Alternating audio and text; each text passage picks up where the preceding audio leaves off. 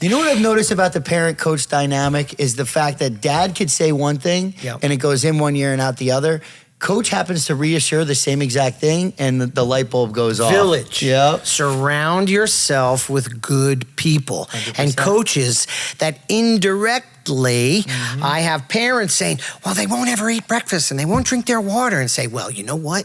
Always premise it and say, Coach Joe says, Coach Joe says. Yep. So more and more, outside of just teaching people weightlifting, I'm more of a mentor when it comes to the food and the sleep and trying to limit the phone and trying to understand the role of electronics in their health. Yeah. Because these kids are up against it. We don't know the long-term side effects of this generation. Well, you could tell. You know what I mean? And I don't mean to cut you off. No, that's all right. You could tell a little bit, like at least for me, looking at my 6-year-old, a little bit of ADD, but like self-imposed ADD there, because you take the phone and it's just, I don't like this, swipe. I don't like this, swipe. It's instant. Too much. It's Instant gratification. We had to watch, if I didn't like what was on TV, we've discussed it. You had to watch the show, watch through the commercials, and then wait for another episode to come on or something else. Or go climb a tree. Yeah. You had to do something.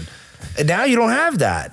There's something to be said. There's something to be said about the generation that you grew up in. You know, even like we grew up in the 80s. I was born in 86, 90s. Like, it's just a different world back then. We can get on our bikes, and then, you know, there were dinner bells, you know, and you kind of, once it got dark, you came home for dinner and you're out running around. But now we got these little kids. They're still human beings. They still have that same energy, and we're trying to keep them inside, quiet, on the tablet. So like we'll do like workout videos with the kids. Like even the babies last night, we had it on YouTube, and we kind of like watched these videos, and they're kind of just getting the energy out. And I noticed yesterday was a snow day. My son is 8. He's going to be 9 in March. He was just fed up and bored with his 2 siblings. He sat around all day. He's like, this is the most boring snow day ever. I took him to the barn, did a little practice, and when I was talking to him at night, I could tell, because we're going to talk about Seidenberg in a little bit. We learned a lot from Dave. Dave was I great. trained Dave too. He told us this morning. I don't think there's a lot of stud athletes around that you haven't trained. Yeah, Frank Molinaro is my favorite blessed. story. Though. Oh, absolutely. Frank the Tank. Yes. Yeah. We'll talk But about now the him. role that you say you've taken in kids' lives or are trying to take as Coach Joe, that's what I get out of Coach Pete for Very all my similar. kids. Yes. So like Max has been around Pete for a few years. My daughter, by just association, has been around them. He's Coach Pete to everybody. Yep. So I say to my son, I'm going to tell Coach Pete or this Coach Pete.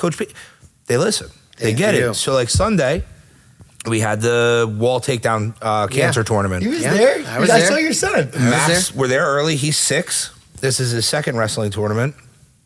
First match, he goes out and he's like, kind of like a little out of it. His headgear's bothering him because it's a little small, and that's on me. But I said, just go out there. Coach Pete taught you well. And it kind of like, once I said Coach Pete, and he had that reassurance that like Coach Pete equipped him, not just dads here. Coach Pete set you up for success. He got out there and he won his first match, and then he actually battled and won in overtime, which I was really proud of. That's great. Did he have fun? All that matters. Well, he got hurt in the second period, so he wrestled. The kid kind of like wrenched his arm a little bit, and he was crying through the second, third, and overtime. But he didn't give up. There you go. Win, lose, or draw, I didn't care at that point. Right. You were crying a little bit, and you battled through. You could have came off the mat if you wanted to. I wouldn't have been mad if you got hurt. But you fought. And you fought because Coach Pete equipped you with a skill set. Maybe he didn't want to disappoint Coach Pete.